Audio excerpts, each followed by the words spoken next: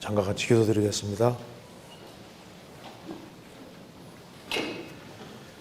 저희를 사랑하시는 하나님 아버지 감사합니다.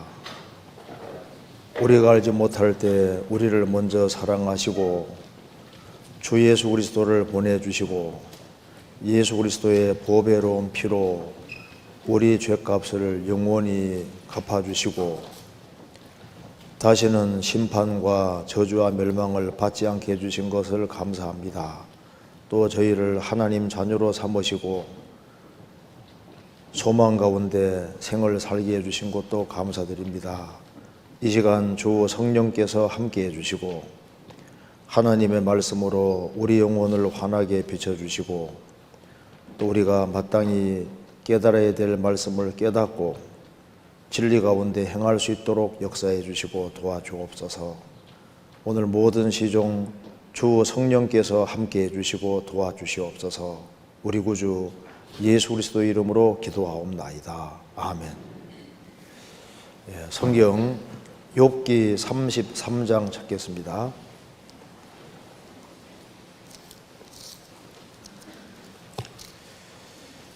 33장 19절입니다.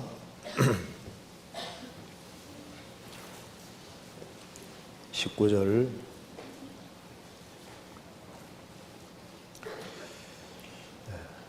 (792페이지입니다) 19절부터 제가 읽겠습니다. 혹시는 사람이 병상의 고통과 뼈가 늘 수심의 징계를 받나니 그의 마음은 식물을 싫어하고 그의 혼은 별미를 싫어하며 그의 살은 파리하여 보이지 아니하고 보이지 않던 뼈가 드러나서 그의 혼이 구덩이에 그의 생명이 멸하는 자에게 가까워지느니라.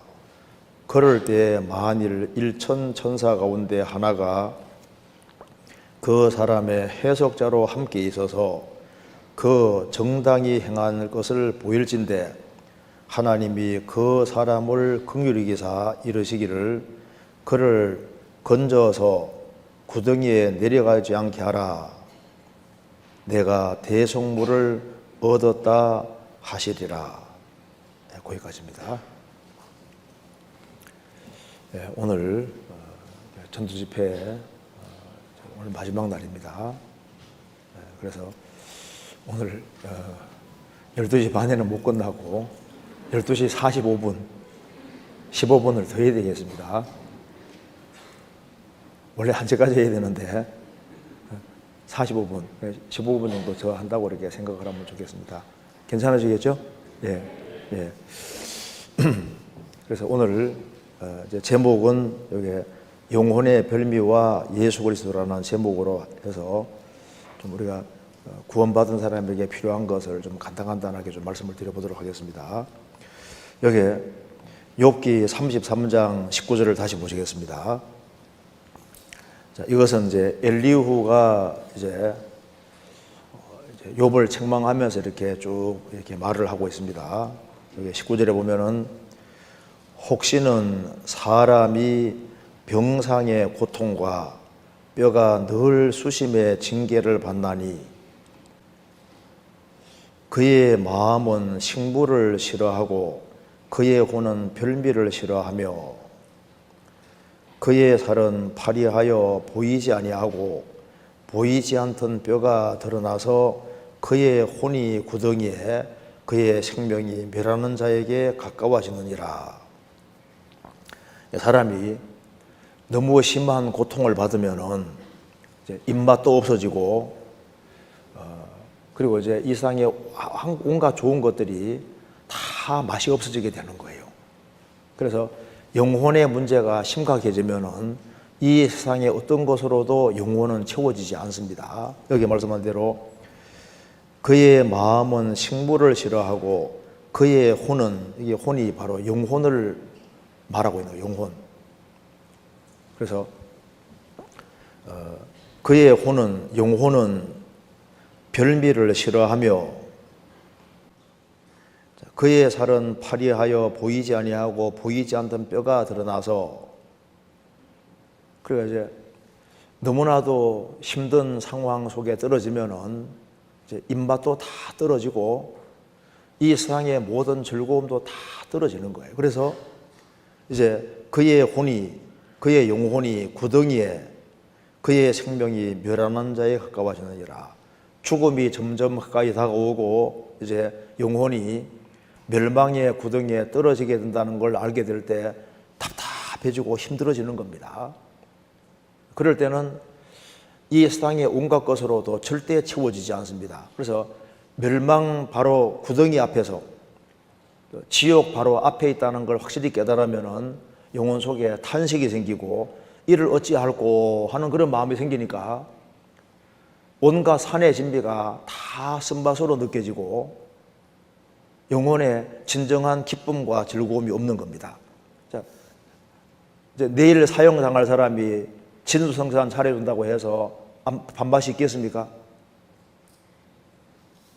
그러니까 바로 죽음 앞에 있다든가 멸망 앞에 있다든가 바로 자신이 지옥 간다는 사실을 확실히 딱 깨닫고 나면은 이 세상의 온갖 것이 맛이 없어지게 되는 겁니다. 지금 많은 사람들이 자기 영혼이 얼마나 심각한 위치에 처해 있는지 모르기 때문에 먹고 마시고 즐기고 하는 거예요. 자신이 자기 바로 앞에 지옥이 있고 영원한 멸망에 떨어진다는 걸 알면은 이 세상의 모든 즐거움은 다 날아가게 되는 겁니다. 우리 시대에 참 별미가 많은 시대죠. 사람들이 저거 뭐 맛있는 거 사야 되는 사람도 있는데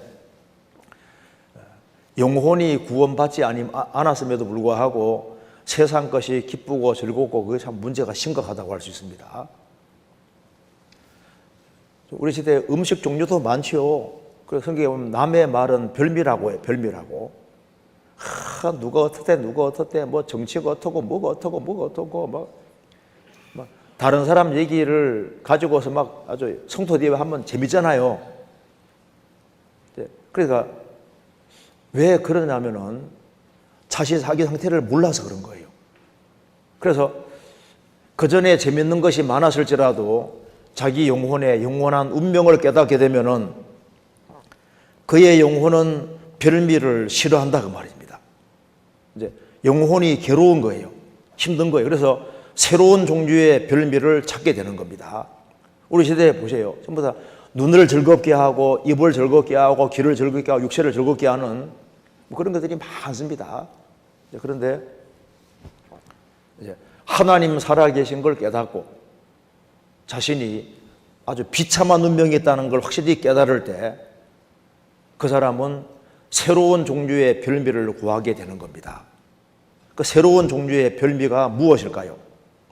그 뒤에 답이 나와 있죠. 24절에 하나님이 그 사람을 긍휼히 불쌍히 여기사 이러시기를 그를 건져서 구덩이에 내려가지 않게 하라. 내가 대속물을 얻었다 하시리라. 이제 22절에 그의 영혼은 구덩이에 그의 생명은 멸하는 데 가까워지느니라. 그 영혼이 멸망의 웅덩이에 떨어지게 됐을 때 진짜 별미가 무엇일까요? 그 멸망의 웅덩이에서 건짐받고 파멸해서 건짐받는 게 제일 중요한 겁니다. 그래서 보옵소서 내게 큰 고통을 더하신 것은 내게 평안을 주리 하심이라. 주께서 나의 영혼을 사랑하사 멸망의 구덩이에서 건지셨고 나의 모든 죄는 주의 등 뒤에 던지셨나이다. 죄짐을 벗는 것이야말로 그것이 영혼의 가장 큰 별미가 되는 겁니다. 그래서 여기 말씀하기를 내가 대속물을 얻었다 하시리로다. 그 대속물. 그래서 대속이 뭔지를 깨닫고 파멸해서 건짐받을 때 그것이야말로 영혼의 진정한 별미가 되는 겁니다. 그래서 28절에 같이 읽어보겠습니다. 하나님이 내 영혼을 건지사 구덩이에 내려가지 않게 하셨으니 내 생명이 빛을 보겠구나 하리라. 하나님이 내 영혼을 건지사 구덩이에 내려가지 않게 하셨으니 어떻게? 멸망의 구덩이에 떨어져야 될 사람을 대신해서 대속물이 있으면 건진받을 수 있잖아요. 누가 대속물입니까? 예수 그리스도. 예수 그리스도. 그럼 찾아보시겠습니다. 마태복음 20장입니다.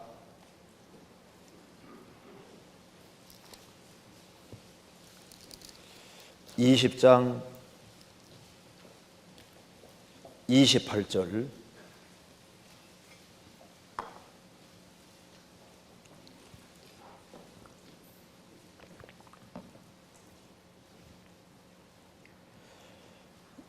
인자가 온 것은 섬김을 받으려 함이 아니라 도리어 섬기려 하고 자기 목숨을 많은 사람의 대속물로 주려 함이니라. 많은 사람들이 예수 그리스도를 잘못 이해하고 있습니다. 어떤 사람은, 자유주의 신학자들은 예수님은 도덕 선생이라고 생각하는 사람들도 꽤 있잖아요. 그래서 아프리카 성자라 일컬어지는 슈바 있죠. 그 사람은 학위가 여러 개 있습니다. 근데 또 슈바이저는 예수의 생애라는 책도 썼잖아요. 예수님을 구세주로 안 믿었습니다. 자신이 본받아야 될 도덕 선생으로 이해를 했어요. 그래 그리스도의 신성을 부정했습니다. 그러니까 예수님은 왜 오셨느냐? 예수님이 정말 내 영혼의 별미라는 걸 깨달을 때는 언제냐면은 예수님이 내 대속물이라는 사실을 확실히 깨닫는 겁니다. 내가 형벌을 받을 자리 예수님이 대신 형벌을 받으신 거예요. 그래서 예수님은 섬김을 받으러 온 것이 아니라 도리어 섬기려 하고 자기 목숨을 많은 사람의 대속물로 주려 함이니라. 그래서 예수님은 십자가에 자신을 주시기 위해서, 우리 죄값을 지불하기 위해서 십자가에 자신을 던지기 위해 오신 겁니다. 그래서 영혼은 육신의 음식으로 만족되는 게 아닙니다. 사람들이 세상 것으로 막 온갖 채우려고 하는데, 우리가 음식으로 육신을 채우고 정신으로 모든 학문으로 막 채우고 하는데, 사람은 영혼이 있기 때문에 영혼은 이 세상 것으로 만족이 되는 것이 아닙니다. 영혼은 하나님의 것으로 만족되도록 프로그램이 되어 있는 거예요. 그래서 예수님 입에서 처음 나온 말씀이 뭔지 아시죠? 마태복음 4장 4절. 사람이 떡으로만 살 것이 아니요 하나님의 입으로 나는 모든 말씀으로 살 것이니라. 육신은 음식으로 살지만은 영혼은 육신의 음식으로 안 된다 그 말입니다. 하나님의 입으로 나오는 모든 말씀, 그것으로 영혼이 힘을 얻고 영혼이 별미로 느끼도록 되어 있는 겁니다. 그래서 영원한 세계에 대해서 눈이 감겨 있다가 사람이 이제 구원을 딱 받으면은 하나님께서 예수 그리스도를 보내서 우리에게 엄청난 잔치를 베푸셨다는 것을 알게 되는 겁니다. 그리고 그 잔치의 핵심이 바로 예수 그리스도고, 바로 예수님이 바로 별미인 거예요. 그래서 예수님 말씀하시기를 나는 하늘에서 내려온 산떡이니 사람이 이 떡을 먹으면 영생하리라. 내 살을 먹고 내 피를 마시는 자는 영생을 얻었고, 예수님 살과 피가 참된 우리 음료가 되는 겁니다. 성경 요한복음 6장입니다.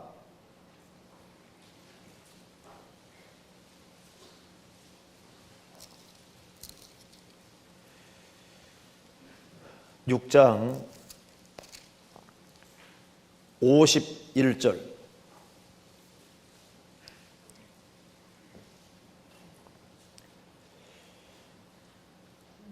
나는 하늘로서 내려온 산떡이니 사람이 이 떡을 먹으면 영생하리라. 나의 줄 떡은 곧 세상의 생명을 위한 내 살이로다 하시니라. 54절.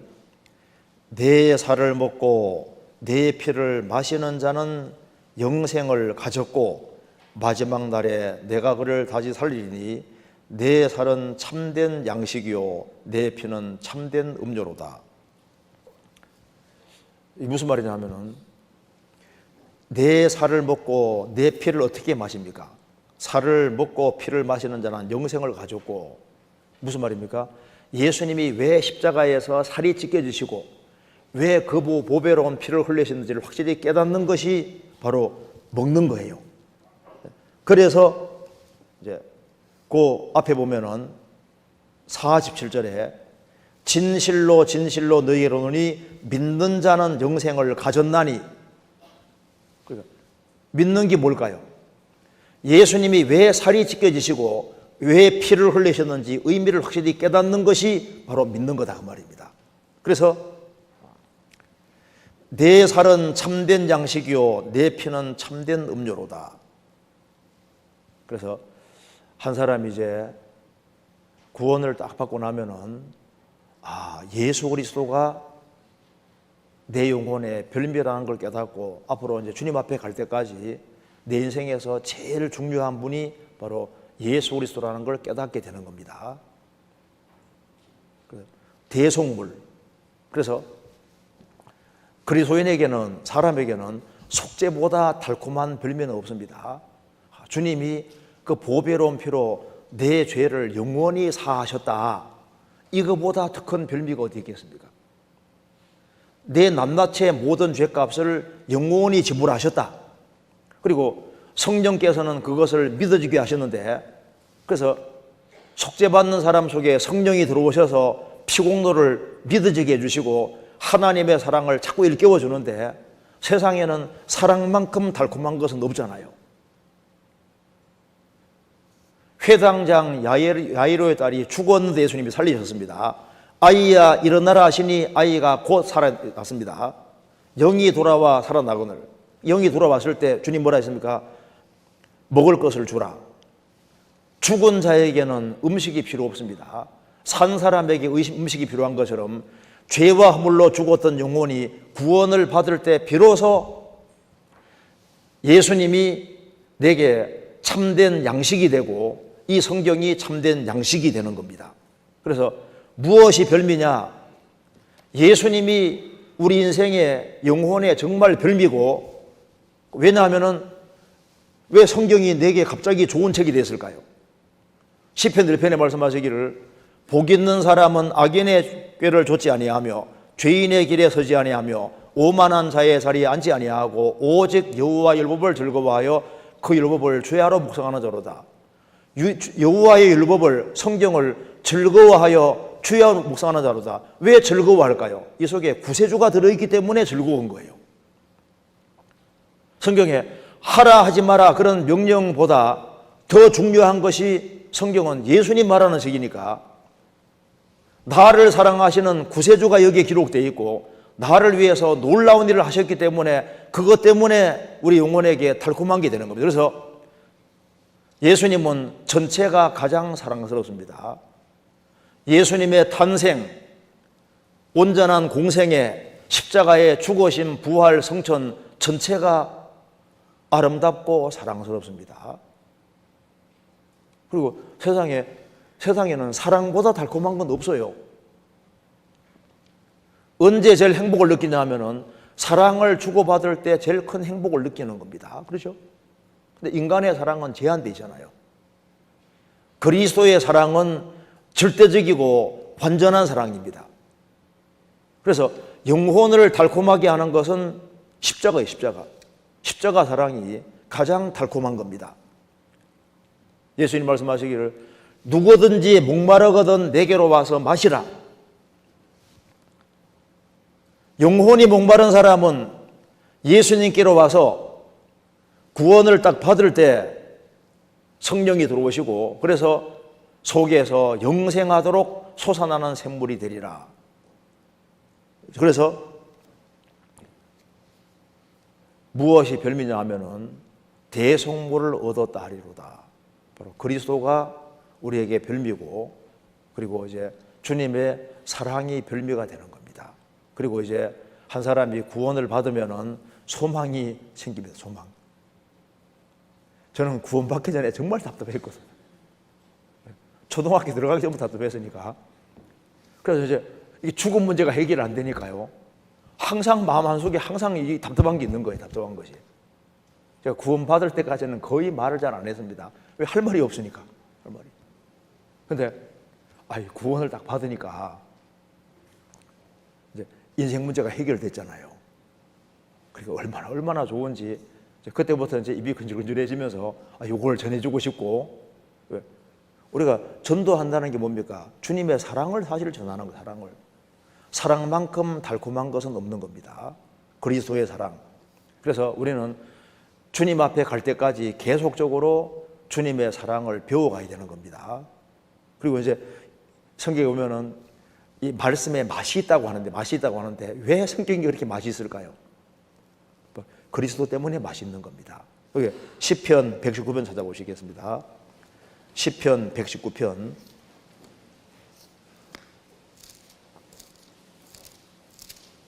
시편 119편 103절.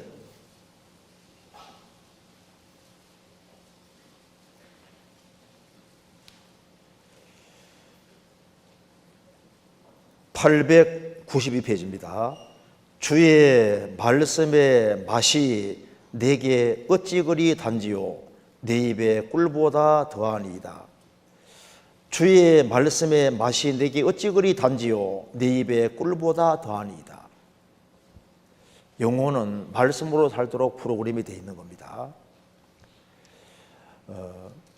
성경 다음으로 많이 팔리는 책이 천로역정이라는 책입니다. 존 번연이라는 사람이 천로역정 책을 썼는데, 존 번연이 원래 땜장입니다. 땜장인데 나중에 이제 구원을 받게 되지 않습니까? 구원 받게 됐는데 전도를 하다가 감옥에 들어가서 10년 이상 감옥 안에 있으면서 전도만 안 하면 빼주겠다고 하는데 난 나가면 전도할 거라고 해가지고 10년 이상을 감옥에 있게 됩니다. 그래서 감옥 안에서 천로역정 책을 썼는데, 그는 청교도로서 그 당시에 믿고 있는 내용을 가장 잘 정리를 해놨습니다.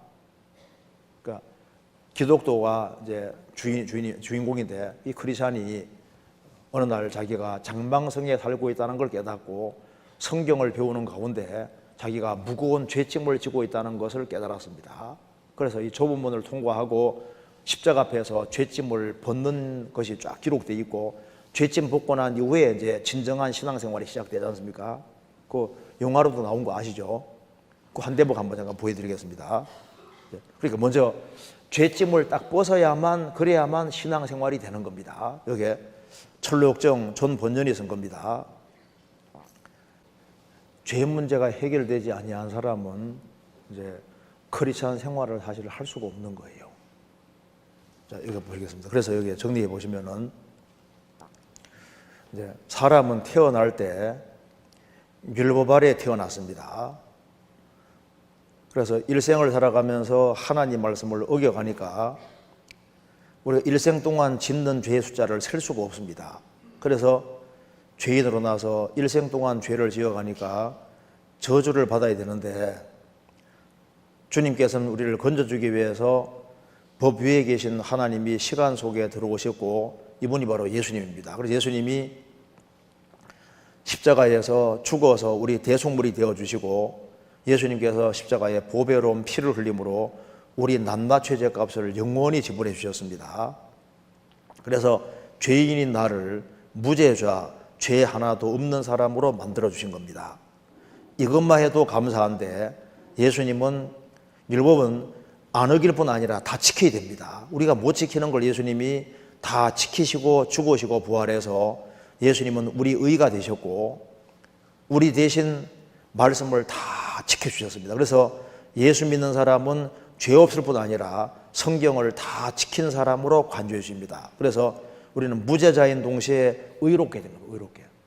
그러니까 무죄자다 그 말은 너 죄 없단 말이고, 의롭다는 말은 성경 전체를 다 지켰다는 말씀인 거예요.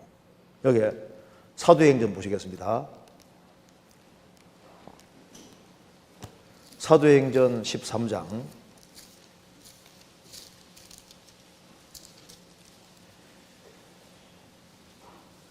13장 38절 211페이지입니다. 13장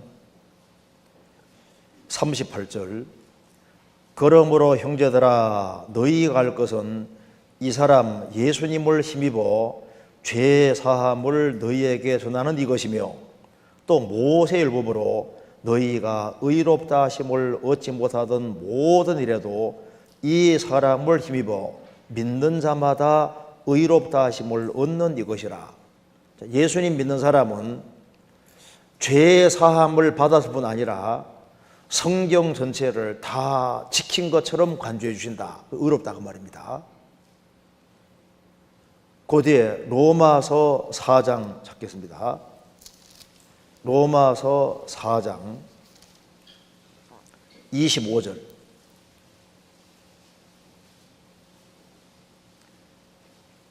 245페이지입니다. 예수는 우리 범죄함을 위하여 내어줌이 되고 또한 우리를 의롭다 하심을 위하여 살아나셨느니라. 그러므로 우리가 믿음으로 의롭다 하심을 얻었은즉 우리 주 예수 그리스도로 말미암아 하나님으로 더불어 화평을 누리자. 예수는 우리 범죄함을 위하여 십자가에 내어준 바 되고 또한 우리를 의롭다 하심 위에 살아나셨느니라.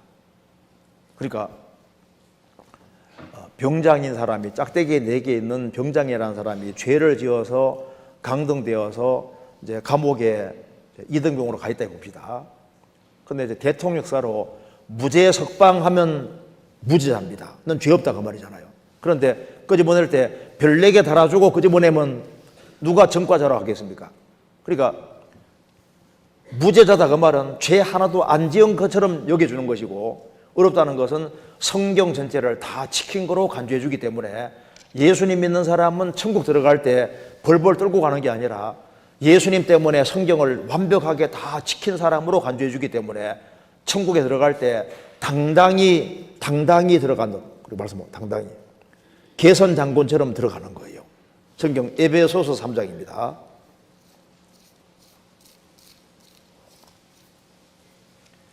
에베소서 3장 12절 312페이지입니다. 3장 12절 한번 같이 읽겠습니다. 우리가 그 안에서 그를 믿음으로 말미암아 담대함과 하나님께 당당히 나아감을 얻느니라. 우리 같은 이 비참한 죄인이 어떻게 담대한 마음으로 하나님께 당당히 나아갈 수 있을까요? 여기 당당이란 말은 헬라 말로 로마에서 어떤 장군이 전쟁에서 아주 혁혁한 공을 세웠을 때 이제 로마 황제 앞에 나아갈 때 로마 시민들이 환호성을 지르는 가운데 백마 타고 나아가는 그걸 말하는 겁니다. 그러니까 천만 천사들이 환호성을 지르는 가운데 아주 당당히 하나님 앞에 나아가는, 왜? 누구 백 때문에? 예수님 백 때문에. 그래서 여기에 우리는 무죄자다, 의롭게 됐다. 자, 이거보다 훨씬 더 크신 것이 뭐냐면 너는 내 아들이다 그 말입니다. 그래서 성경에서 제일 큰 대표적인 용어가 너는 내 아들이다. 그러니까 주님 피로 구원받은 사람을 하나님께서 아들로 간주해 주십니다. 그래서 하나님 아버지 하면 아버지가 오냐 이제 기도가 되는 거예요. 그래서 이제 구원을 받은 사람은 하나님의 아들입니다. 그러니까 왜 아들이냐 하면은, 자, 이거 잠깐 보시면요. 사도행전 2장 38절 같이 읽어보겠습니다. 죄 사함을 얻으라 그리하면 성령을 선물로 받으리니. 그러니까 죄를 사함 받은 사람 속에 성령이 선물로 와 계시는 겁니다. 그래서 찬송가 보면은 이 노래 204장 1절만 같이 불러보겠습니다.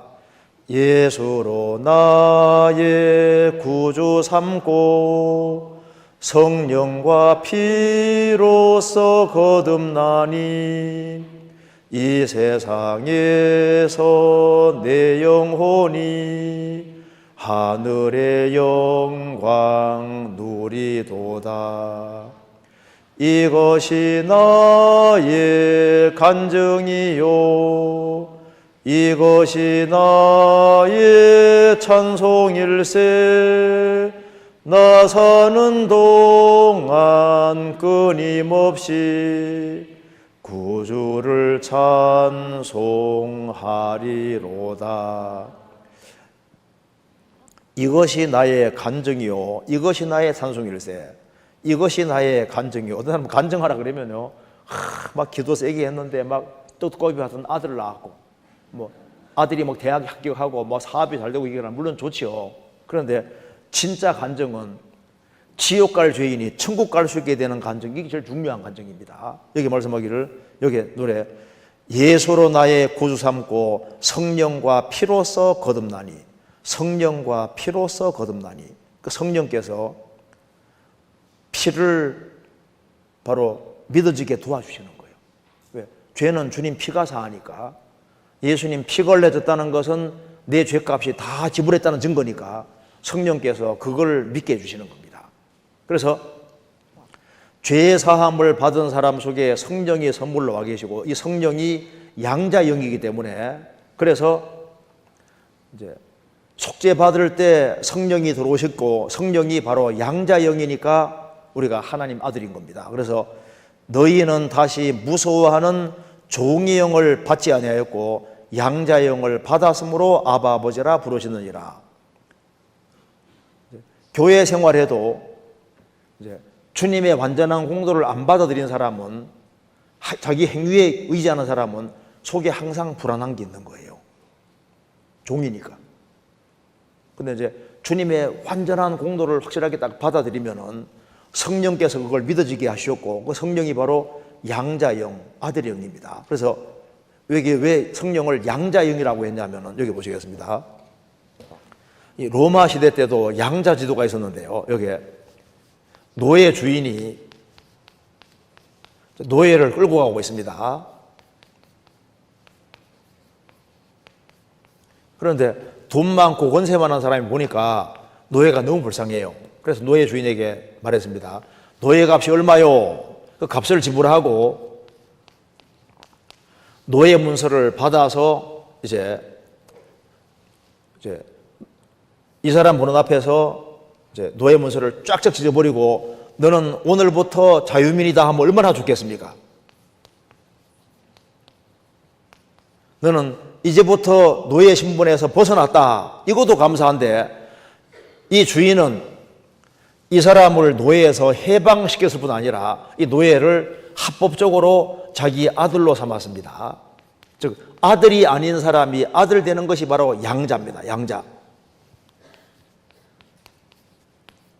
이제 양자로 삼았으니까 이제 노예 신분에서 벗어나서 이 사람의 아들이 됐습니다.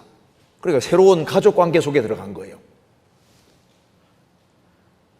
그러면 나중에 이 아버지가 죽으면은 전부 다 아들 차지가 되는 겁니다. 아들이니까. 그러면 이제 이 노예가 이제 이 사람의 아들이 됐으면 당장 아들답게 살까요? 아니면 노예의 근성과 기질이 나올까요? 노예의 근성과 기질이 나오죠. 근데 그러면 아버지는 실망합니까? 아닙니다. 그런 줄 알고 아들로 삼은 거예요. 그래서 아버지가 아들을 사랑해주고 도와주고, 그래서 이제 계속 교육시키고 해서 시간이 점점 지나면은 아들이 아들답게 되는 겁니다. 그래서 아들이 되는 것은 순간이고 아들답게 되는 데는 시간이 걸리는 거예요. 그것처럼 우리는 하나님 앞에서 비참한 죄인으로서 영원한 멸망으로 달려가고 있었는데, 예수님이 우리를 불쌍히 생각하셔서 그 보배로운 피로 죄값을 영원히 지불해 주심으로 우리를 죄에서 해방시켜 준 것만도 감사한데, 해방시켜 준 정도가 아니라 우리에게 성령을 주셔서 하나님의 아들로까지 삼았다 그 말입니다. 너는 내 아들이다 그 말입니다. 그러면 우리가 하나님 아들 됐는데 당장 아들답게 살까요? 죄인의 근성과 기질이 나올까요? 죄인의 근성과 기질이 나오죠. 그럼 하나님이 실망합니까? 아니, 그런 줄 알고 아들로 삼은 거예요. 그래서 하나님께서 우리를 사랑해주고 도와주는 가운데 우리가 시간 지나가면 점점 아들답게 돼 가는 거니까 아들 되는 것은 순간이고 아들답게 되는 데는 시간이 걸립니다. 그래서 예수님 피는 우리를 지옥 형벌에서 건져주셨고 피를 믿어주게 하신 성령께서는 우리 속에 작업을 하셔서 점점 아들답게 만들어 가십니다. 참 신기해요. 그래서 성령님은 은혜의 성령이시기 때문에 성령이 오시면은 십자가 은혜가 깨달아지고 그리고 이제 일생 살아가는 가운데 계속적으로 우리로 하여금 은혜를 점점 더 알아가게 만들어 주십니다. 그래서 이제 한 사람이 구원받을 때 성령이 은혜의 성령이니까 이제 내가 한국에 태어나기 잘했구나. 내가 가난한 가정에 태어난 것도 축복이었고 그리고 가정생활 속에서 많은 고통과 어려움이 있는 것도 축복이었고 그리고 이제 생을 살아가면서 아주 기구한 운명에 섰을 때라 구원 딱 받으면은 그게 전부 다 내가 구원받는데 도움이 됐다는 걸 깨닫게 되기 때문에 그게 이제 모든 것이 은혜로 딱 와닿게 되는 거예요. 그래서 성령께서는 우리를 십자가 은혜를 깨닫게 해주시고 일생 살아가면서 계속적으로 은혜를 점점 더 알아가게 만들어 가시는 겁니다. 왜? 성령은 은혜의 성령이시니까, 성령은 진리의 성령이시니까 사람이 이제 구원을 받을 때 이런 걸 깨닫게 됩니다. 진리를 알지니 진리가 너희를 자유케 하리라. 내가 곧 길이요 진리요 생명이니 나로 말미암지 않고는 아버지 볼 자가 없느니라. 이해가 되잖아요. 저희를 진리로 거룩하게 하옵소서. 아버지의 말씀을 진리이다. 그래서 성령이 오시면은 바로 예수님의 보배로운 피가 우리를 죄에서 해방이기 때문에 예수님 보배로운 피가 진리고 예수님이 진리고 예수님 통해서만 천국 가게 된다는 것도 금방 이해가 되고 이제 복음이 딱 깨우쳐지고 성령이 오시면은 이제 성경이 이해가 되는 게 신기하잖아요. 찬송가도 귀에 쏙쏙 들어오고 성경도 이제 물론 다 이해되는 건 아닌데 하나씩 이해돼 가는 게 신기하잖아요. 저도 구원받기 전까지는 도대체 무슨 말인지 모르겠더라고요. 그런데 구원 딱 받은 그날부터 시간 지나가면서 이제 성경이 깨우쳐지기 시작하는데 너무너무 신기한 거예요. 왜? 성령은 진리의 성령이기 때문입니다. 그리고 성령은 여호와를 경외하는 영이기 때문에 사람이 이제 구원을 받으면은 무조건 하나님 중심의 삶을 살라고 하게 되어 있습니다. 원래 조이 종교회가 지저스, 예수님 홀스트, 지저스 홀스트, 예수님 첫 번째, 어들 다른 사람은 두 번째, 유어스 어들 그런 말입니다. 너는 세 번째다.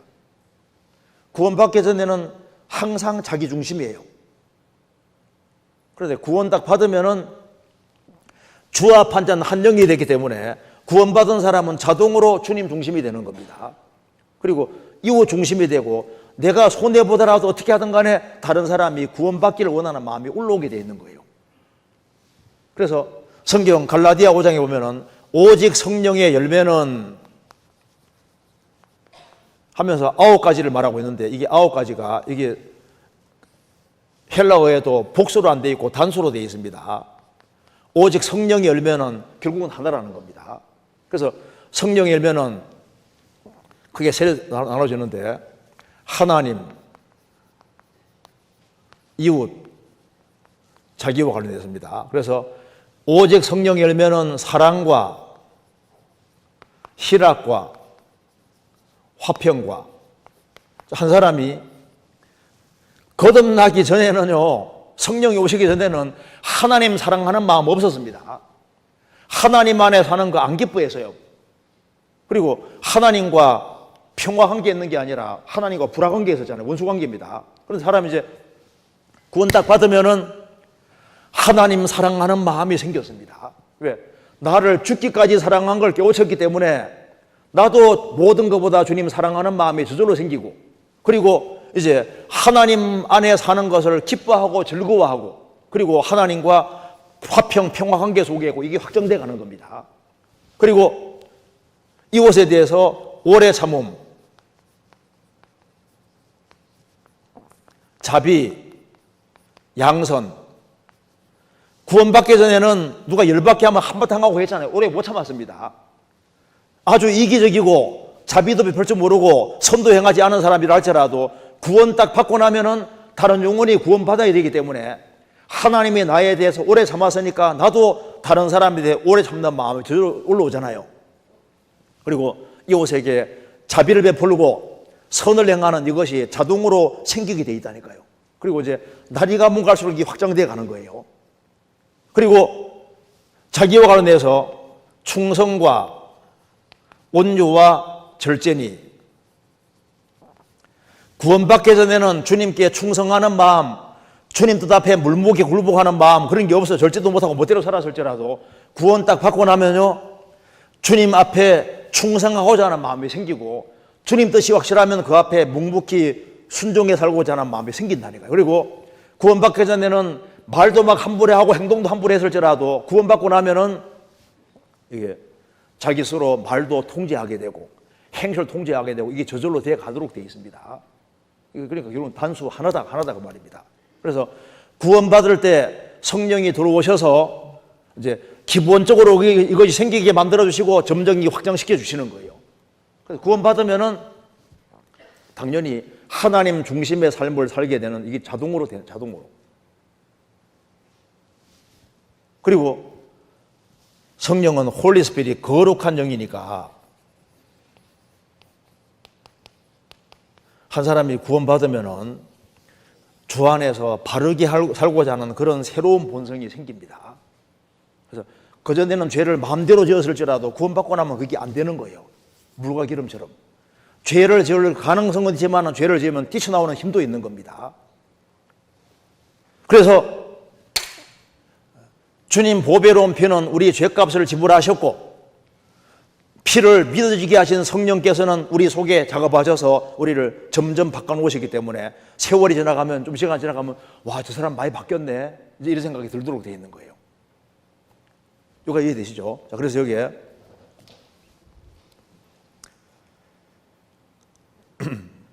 그래서 너는 무죄자다, 의롭게 됐다, 이거보다 그 말은 너는 내 아들이다. 그래서 하나님 아버지 하면 아버지가 오냐, 이제 기도가 되는 겁니다. 그리고 이제 아들 중에는 크게 두 종류의 아들이 있는데, 말 잘 듣는 아들, 말 잘 안 듣는 아들, 둘 다 아들이라고 그랬습니다. 근데 아버지는 둘 다 사랑하지만은 순종하는 아들을 더 기뻐하십니다. 그래서 순종하는 아들에게는 상과 영광 주시고, 말 잘 안 듣는 아들은 잘 되라고 매를 때려요. 이게 징계입니다. 그래서 아버지 아들은 징계는 받아도 멸망이 없는 거예요. 자녀가 태어나면 제일 먼저 배워야 될 것이 순종입니다. 하나님 아들 된 사람이 배워야 될 첫 번째가 뭘까요? 순종. 제가 문제 한번 내보겠습니다. 아버지가 심부름 시킨다. 첫째, 말로 할 때 한다. 두 번째, 조금 얻어맞고 한다. 세 번째, 끝까지 버티사 쫓겨난다. 몇 번째입니까? 주님 말씀하시면 네, 이게 제일 빠르고 제일 좋은 길이 되는 겁니다. 하나님 아들. 그래서 이제 주님표로 구원받은 사람은 주님께서 아들로 간주하시고 아들로 대접해 주시는 거예요, 우리를. 여기에 히브리서 12장 7절 8절에 주께서 그 사랑하시는 자를 징계하시고 그의 받으시는 아들마다 책찍질하심이라 하였으니 너희가 참으면 징계를 받기 위함이라. 하나님이 아들과 같이 너희를 대우하시나니 어찌 아비가 징계하지 않는 아들이 있으리요. 징계는 다 받는 것이거늘 너희에게 없으면 사정자요 참아들이 아니니라. 하나님께서는 구원받은 사람을 아들로 대우하십니다. 아버지 중에 아들이 격결로 갈 때 징계하지 않는 아버지가 있느냐? 징계는 다 받는 것이거늘 너희에게 없으면 사정자요 참아들이 아니니라. 그래서 하나님 아들은 아버지가 근실하게 징계하시는 것이 있는 거예요. 성경 고린도전서 11장 보시겠습니다. 11장 30절 277페이지입니다.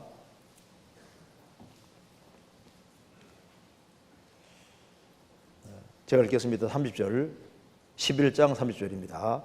이러므로 너희 중에 약한 자와 병든 자가 많고 잠자는 자도 적지 아니하니 우리가 우리를 살폈으면 판단을 받지 아니하려니와 우리가 판단을 받는 것은 주께 징계를 받는 것이니 이는 우리로 세상과 함께 죄의 정함을 받지 않게 하려 하심이니라. 고린도 성도들은 구원을 받고 난 이후에 주 안에서 바르게 행하지를 못했습니다. 원래 영어로도 코린시아 하면 풍기문란한 그런 뜻이거든요. 고린도가 굉장히 타락한 지역인데 거기서 사람들이 이제 구원을 받은 거예요.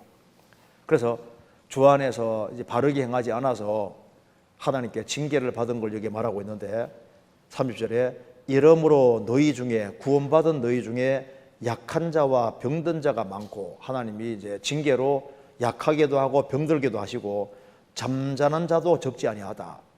구원받고 죽은 사람은 죽었다지 않고 잠잔다고 변했습니다. 징계로 죽었습니다. 물론 이 사람들도 징계로 죽었지만은 주님 오시는 그날에는 순식간에 다 혼련이 변화된다고 했습니다. 왜? 주님 피로 값주고 사졌으니까 주님이 징계로 죽였지만은 주님 데려가시는 거예요. 고린도 전서 15장에 주님 오실 때 순식간에 혼련이 다 변화할 것이다. 근데 어떤 여기 구원받은 하나님 자녀가 주 안에서 바르게 행하지 않을 때 징계라는 게 있다는 걸 알 수 있잖아요. 그래서 여기에 이제 우리가 이제 신앙생활은 하나님 아버지와 이게 친별하게 이제 사귐 속에 살아야 되는데 아들이 혹 잘못할 때 아버지 잘못했습니다. 자백입니다. 그럼 아버지가 다음부터 그렇게 하지 말아라. 용서인데 이 자백과 용서는 아버지 아들 간의 친밀한 사귐을 위한 겁니다. 그래서 그랜드 종합교리 우리나라 목회자들은 거의 다 가지고 있는 대표적인 책인데요. 그랜드 종합교리 6번에 보면은 여기에 이미 의롭다함을 얻은 성도들이 반복적으로 회개하는 것은 하나님의 심판의 형벌을 받지 않기 위해서입니까? 질문하고 답하는 거 보십시오. 그렇지 않습니다. 왜냐하면 이미 그리스도를 믿음으로 의롭게 된 성도들은 그 믿는 순간부터 구원을 받아 죄의 형벌로부터 면제되었기 때문입니다. 즉 하나님께서 성도들을 의롭게 하신 것은 과거 죄에서 해방시켜 주신 것만을 의미하는 것이 아니라 현재나 미래의 모든 죄까지 이미 해결해 주신 것입니다. 따라서 이미 구원받은 성도에게 있어서 죄의 회개는 죄에 대한 하나님의 형벌과는 아무런 상관이 없습니다. 그러다면 성도가 반복적으로 회개하는 까닭은 무엇입니까? 하나님과 평화 관계를 누리기 위해서입니다. 그러니까 뭘 위해서입니까? 아버지와 아들 간의 친밀한 사귐을 위한 거다 그 말입니다. 그래서 아들이 잘못하면은 아버지 아들인 건 사실이지만은 잘못된 걸 가지고 있으면 사귐이 안 되잖아요. 그래서 아버지가 오면 막 아빠 하고 앵금고 했는데 잘못한 게 있으면요 무슨 생각이 듭니까? 오늘은 아버지 집에 안 들어왔으면 좋겠다. 늦게 들어왔으면 좋겠다. 그리고 괜히 눈치 보면서 서로 피하잖아요. 그죠? 그 아들인 건 맞지만은 이게 이제 친밀한 사귐이 깨진 거잖아요. 그러면 아들이 아버지 제가 잘못했습니다. 그러면 아버지가 다음부터 그렇게 하지 말아라. 그러면 이제 그 다음에 이제 친밀한 사귐이 다시 되니까 아빠 하면 아빠가 넘겨보고 하잖아요. 무슨 말이 되죠? 그러니까 하나님이 우리를 가족으로 취급하고 있다고 말해요. 그런데 아들이 너무 큰 잘못을 범하면은 하나님께서 잘못했습니다. 뭐라 그럽니까? 너 좀 혼 좀 나이 돼가지고 우리 잘 되길 바라기 때문에 징계하시는 게 있다고 말입니다. 무슨 말이 되시죠? 그래서 구원받은 사람은 하나님의 아들입니다. 자, 그럼 여기에 이거 보시겠습니다.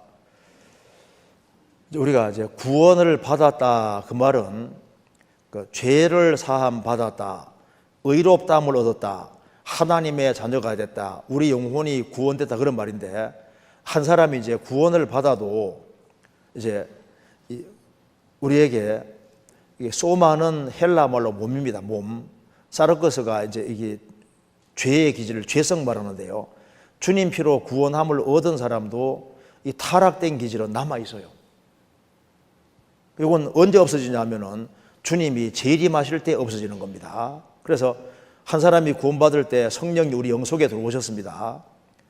성령이 영속에 들어오셨고 주와 판단 한 영이 됐는데 성령은 절대 안 나가십니다. 성령도 절대 안 나가시고 구원받아도 이 죄의 기질이 안 없어져요. 그래서 이제 구원받으면은 영적 간에 갈등이 있게 되는 겁니다. 두 개가 동시에 존재하니까. 그래서 제가 이제 구원받으면은 저는 천사가 되는 줄 알았거든요. 그래서 제가 어떻게 하면 사람이 죄 안 짓고 살 수 있을까? 그 연구를 참 많이 했어요. 어떻게 하면 죄를 안 짓고 살 수 있을까?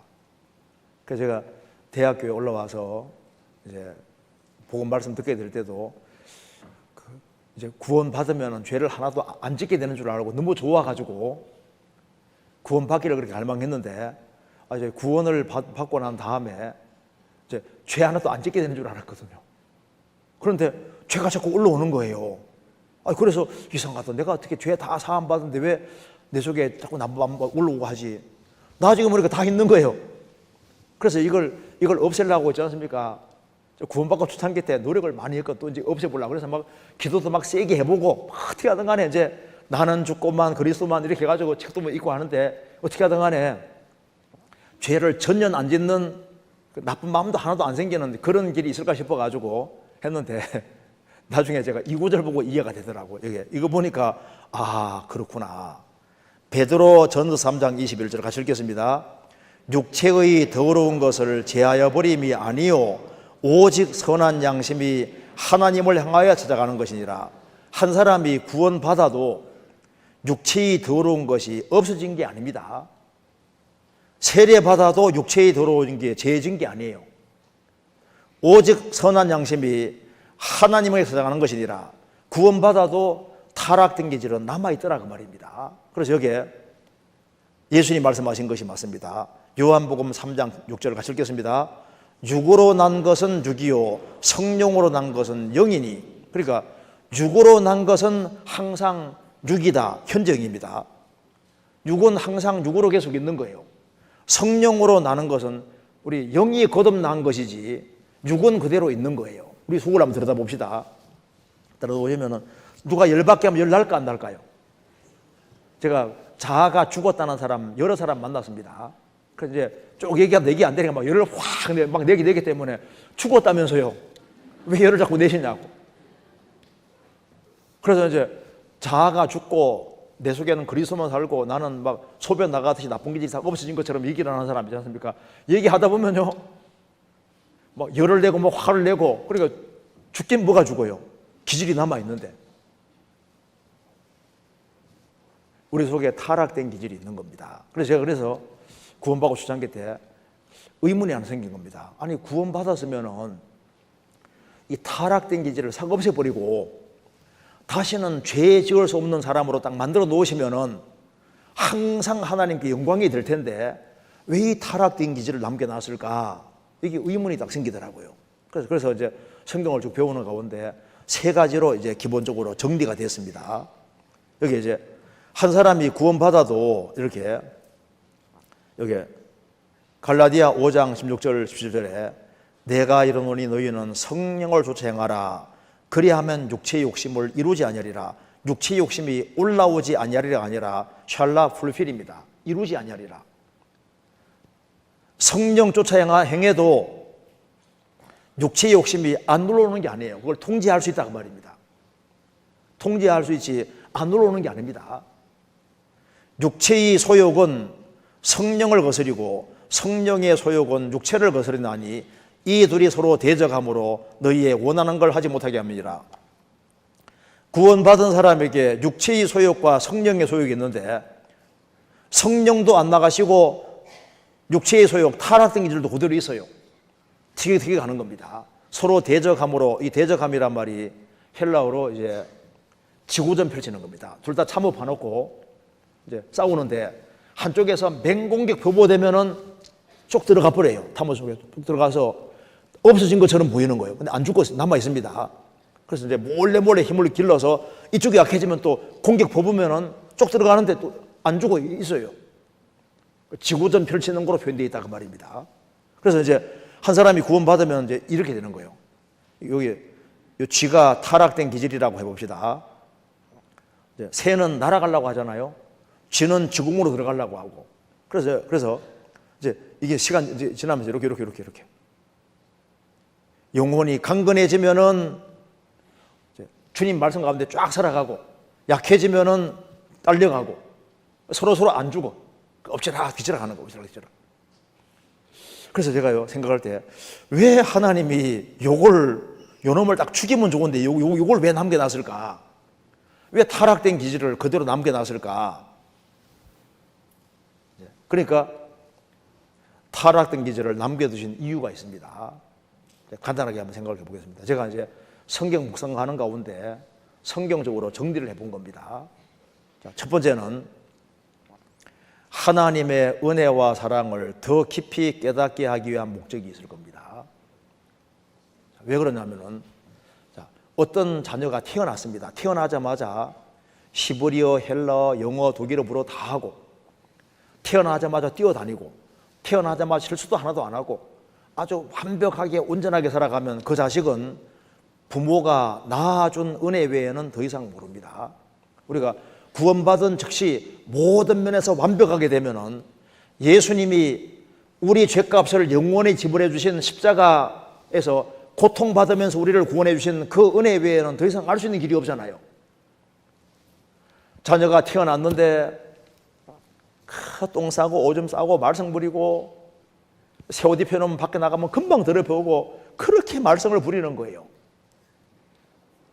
그런데 부모는 자녀를 안 버립니다. 그렇죠?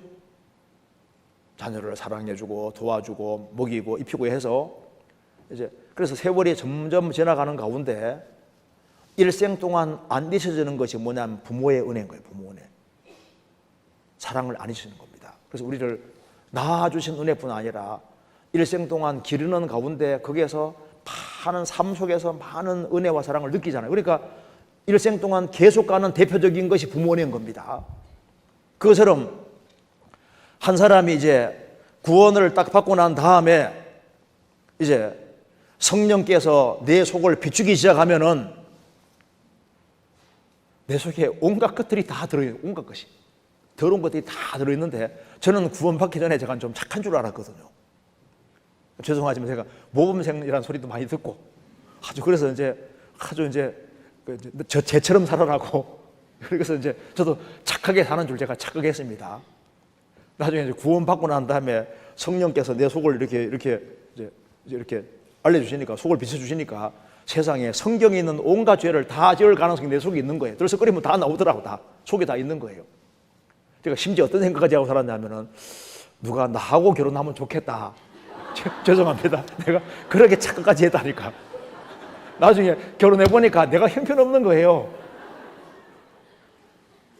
이 자리에 빌려서 미안하다고. 그러니까 주제 파악을 못한다니까요. 자기가 괜찮은 사람인 것처럼. 왜? 자기 기준으로 생각하니까. 옛날 창호지문 있는 시절에 여기 이제 어떤 어르신이 밥을 맛있게 잡수시고 있는데 햇살이 싹 비치니까 먼지가 보이잖아요. 보이니까 얼른 어이구 들어오라면 옆에 이제 밥상을 옮겨놓고 맛있게 드셨대요. 원래 먼지 구렁텅이인데 한쪽으로밖에 안 보이잖아요. 성령께서 우리 속을 싹 비추시면 우리 속에 들썩거리면 별것이 다 나옵니다. 그래서 어떤 사람은 구원받고 난 다음에 자기가 정말 죄가 많다는 걸 훨씬 더 많이 느끼는 사람도 꽤 있어요. 그런데 하나님께서 구원받은 사람을 버리지 아니하시고 그리스도를 믿었다는 이유 하나 때문에 끝까지 사랑해 주시고 도와주시면서 인도해 가는 걸 보면서 넘어지면 이렇게 주시잖아요. 그래서 뭘 알아가냐면은 하나님은 사랑이시고 구원받은 사람을 결코 버리지 아니하시고 끝까지 인도한다는 사실을 깨달아 간다니까요. 그래 그 속에서 하나님의 사랑의 넓이와 길이와 높이와 깊이를 점점 따라가서 하나님은 사랑이시구나. 그리고 하나님께서는 끝까지 은혜 베풀어 주시는 것을 알게 되는 거예요. 그래서 날이 가면 갈수록 하나님이 이런 분이구나. 점점 더 알아갑니다. 성경 시편 48편 끝에 이 하나님은 영영이 우리 하나님이신 우리를 죽을 때까지 인도하시리로다. 여호와가 목자가 된 사람은 하나님께서 그 사람을 끝까지 이끌어 가시는 것이 맞습니다. 나의 평생에 선하심과 주의 선하심과 인자하심이 정녕 나를 따르리니 이게 추적하니니 그 말입니다. 여호와가 목자가 된 사람은 주의 선하심과 인자하심이 정녕 나를 추적할 것이다. 내 뒤를 계속 따라오는 거예요. 그래서 내가 여호와의 집에 영원히 거하리로다. 천국 갈 때까지 계속적으로 인도해 주시는 겁니다. 그래서 하나님의 은혜와 사랑을 더 깊이 깨닫기 위한 기본 목적이 들어있는 거예요. 또 한 가지는 생활 중에 하나님을 사랑하는 것을 하나님도 보기 원하십니다. 하나님 우리를 죽기까지 사랑하셨기 때문에 우리도 생활 중에 하나님을 사랑하는 걸 보기 원하셔요. 그런데 사랑할 수밖에 없어 사랑하는 건 가치가 적은 겁니다. 우리 봐요. 타락된 기질도 없고 유혹거리도 하나도 없는데 사랑하는 건 당연한 거지 않습니까? 유혹거리가 있는 속에서 유혹을 이기고 사랑하면 그 가치가 큰 거예요. 저 산속에 남편 아내 둘만 삽니다. 여보, 나는 당신 없이는 못 살아. 쳐도요. 둘밖에 없는데 뭐. 그런데 도시에 문 남녀가 있는 속에서 정조를 딱 지키고 서로 사랑하면서 살아갈 때 그건 가치가 훨씬 크잖아요. 사랑할 수밖에 없어 사랑하는 건 가치가 적습니다. 하나님께서는 우리를 정말 사랑하셨기 때문에 우리가 자발적으로 유혹이 있는 속에서도 하나님을 생활 중에 사랑하는 걸 보기 원하죠. 그래서 하나님도 사랑받기를 원하십니다. 아세요? 우리가 천국 가면은 사랑할 수밖에 없는데 이 땅에서 하나님을 사랑한다는 것을 보여줄 수 있는 기회를 한번 주신 거예요. 그래서 하나님께서는 유혹거리가 있을지라도 그걸 다 이기고 주님을 사랑하고 사모하며 살아갈 때 주님이 거기에서 큰 기쁨을 느끼시는 것이 맞습니다. 그런데 세 번째 중요한 이유가 바로 이겁니다. 우리를 구원할 뿐 아니라 영원한 영광을 주기 원하시기 때문에 이걸 남겨두신 겁니다. 그래서 디모데후서 2장 10절에 그러므로 내가 택하신 자를 위하여 모든 것을 참음은 저희로도 그리스도 예수 안에 있는 구원을 영원한 영광과 함께 얻게 하람이니라. 하나님께서는 우리가 천국에 들어가는 것만 원하는 게 아니라 영원한 영광도 함께 얻게 원하시기 때문에 영광은 아무에게 주어지는 게 아닙니다. 신앙생활 잘하는 사람에게 주시는 겁니다. 그래서 똑같이 천국 가더라도 이 하나님의 영광이 너무나도 엄청난 것이기 때문에 하나님께서 신앙생활을 바르게 행한 사람에게 이 영광 주기 원하시기 때문에 우리에게 세 가지 적을 남겨두신 겁니다. 그래서 우리에게 타락된 기질도 남겨놓으시고 세속적인 세상에도 살게 하시고 마귀도 풀어놨습니다. 마귀가 우리 영혼 못 뺏어가도 신앙생활을 망치게 할 수 있거든요. 그래서 성경 야고보서 4장에 보면은 신앙생활의 세 가지 적이 기록되어 있는 겁니다. 욕심, 정욕, 육신의 욕구들, 그리고 이제 이 죄 많은 세상, 마귀, 적이 세 가지가 있는 거예요. 그래서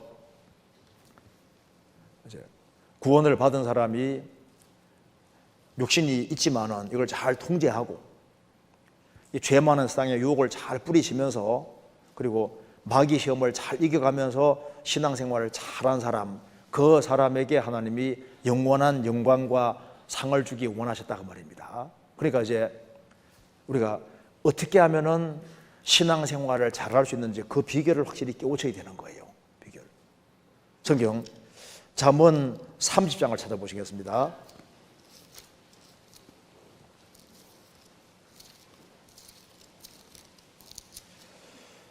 잠언 30장 24절입니다.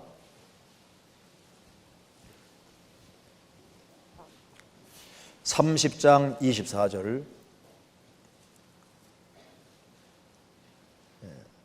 땅에 944페이지입니다. 땅에 작고도 가장 지혜로운 건 넷이나니 곧 힘이 없는 종류로 돼 먹을 것을 여름에 비하는 개미와 약한 종류로 돼 집을 바위 사이에 짓는 사반과 임군이 없어되 다 떼를 지어나가는 메뚜기와 손에 잡힐만 하여도 왕궁에 있는 도마뱀이니라.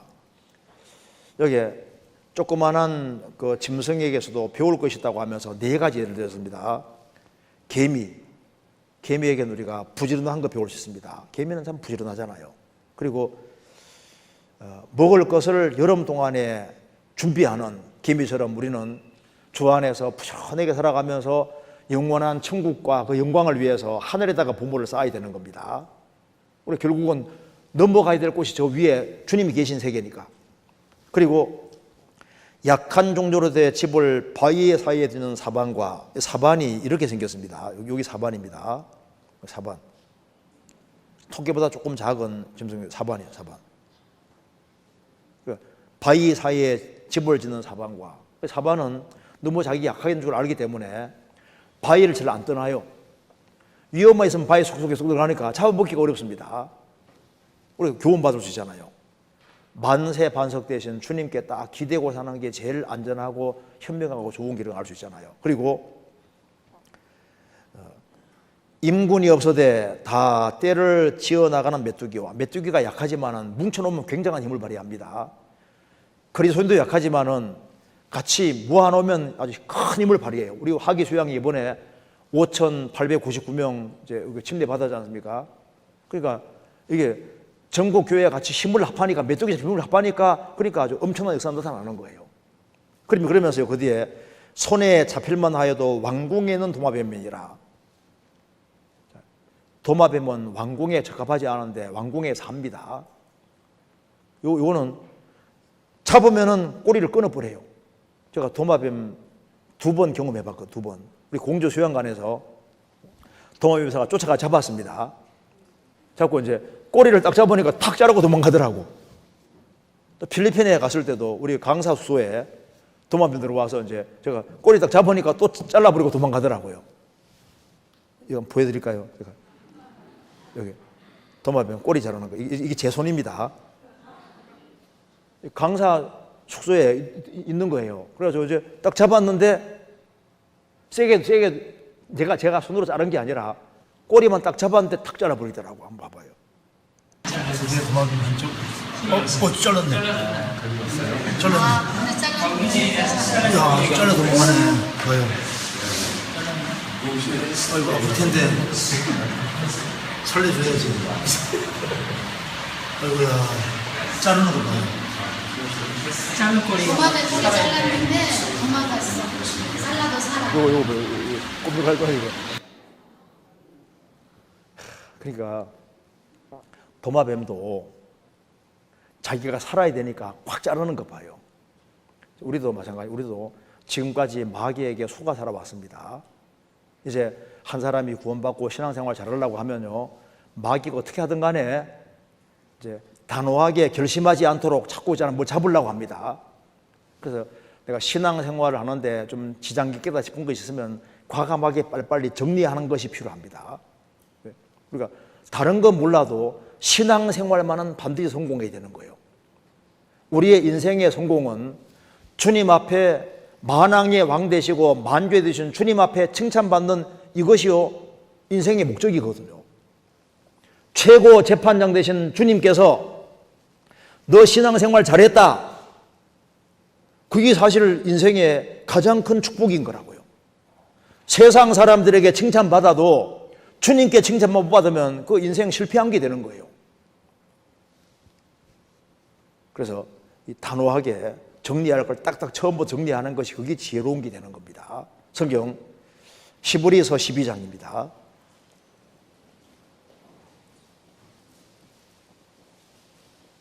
(12장) 1절 367페이지입니다.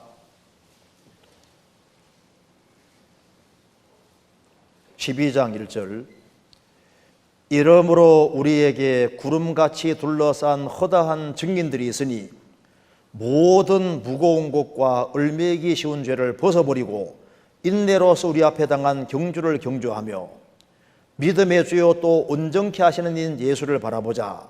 이제 구원받은 사람은 이제 경기장에 들어선 선수와 똑같은데, 다른 박질을 잘하려면은 무거운 것을 짊어지면은 다른 박질을 못 합니다. 최대한 심플하게 아주 간소화시켜야 되는 거예요. 그리고 얼매이기 쉬운 죄를 벗어버리고, 죄에 얼매여 있으면은 죄가 나를 잡아당기고 못 달리게 하니까 어떤 사람은 구원받고 저만큼 달라가는데 어떤 사람은 맨 제자리에 묶여 있거든요. 과감하게 딱딱 정리를 해야 되는 겁니다. 성경에 말씀하기를 여기에 잠언 1장 17절에 무릇 새가 그물 치는 것을 보면 흔들리겠거늘 새도 사람이 그물 치는 걸 보면 못 잡습니다. 안 달려들거든요. 이렇게 걸려도 죽는 건 모르니까 걸려드는 거예요. 새도 사람이 그물 치는 걸 보면 잡는 건 흔들리다. 새도, 우리가 새 대가리란 말을 하는데 새도 자기가 죽을 줄 알고는 안 달려들거든요.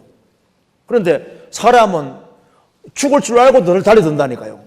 내가 이 술을 홀짝홀짝 마셔서는 신앙생활 망치는데 알면서도 계속 마시거든요.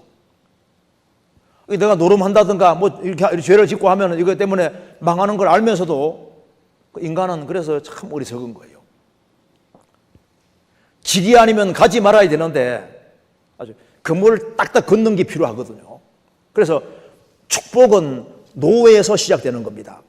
시편 1편에 복 있는 사람은 악인의 꾀를 좇지 아니하며 죄인의 길에 서지 아니하며 오만한 자의 자리에 앉지 아니하고 아니하고 노로 시작. 노로 아닌 것에 대해서 과감하게 아니다. 여기에 축복이 시작되는 겁니다.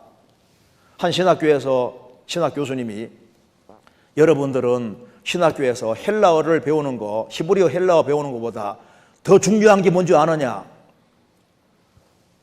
노를 먼저 배워요. 노를. 아닌 것에 대해서 과감하게 아니라고 하는 것부터 배워야 된다. 맞습니다. 이 세상에는 거짓이 많기 때문에 내가 이 길로 들어서면 인생 망한다 확실하면 그물 딱딱 그어야 되는 거예요. 그리고 많은 걸 아는 게 중요한 게 아니라 하나 알더라도 확실히 아는 게 중요한 겁니다. 하나를 알더라도. 여기 고슴도치는 하나는 안다는 말이 있습니다. 고슴도치는 일단 분리하면 어떻게 합니까? 딱 몸을 말아버려요. 여우는 꾀가 많지만 잡아먹히기도 합니다. 여우는 꾀가 많아요. 그런데 고슴도치는 일단 위험하면 이제 딱 몸을 동그랗게 말으니까 잡아먹을 수가 없는 거예요.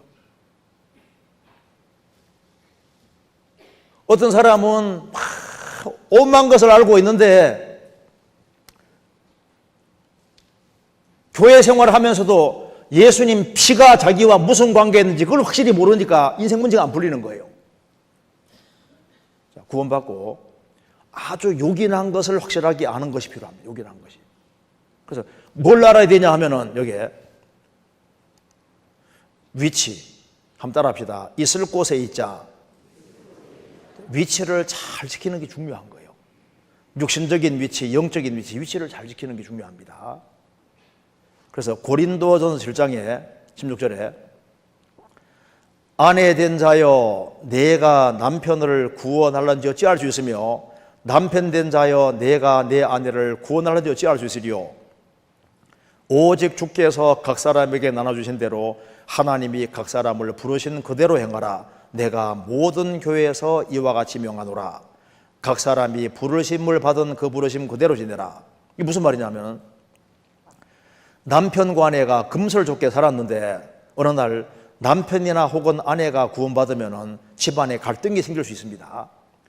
갈등이 생길 때 갈라서고 싶은 마음이 생길 수 있는데 갈라서지 말고 오직 주께서 각 사람에게 나눠주신 대로 하나님이 각 사람을 부르신 그대로 행하라. 내가 일부 교회가 아니라 모든 교회에서 이와 같이 명한다. 그리고 이제 직장 얘기를 하면서 각 사람이 부르심 받은 그 부르심 그대로 지내라. 그래서 가정적으로 구원받았으면은 남편이 구원 안 받았을지라도 위치를 잘 지키면서 아내 된 도리를 다하면 남편에게 잘 하라 그 말입니다. 반대 경우도 마찬가지고 직장인으로 부르심 받았으면 직장 일을 충실히 하라 그 말입니다.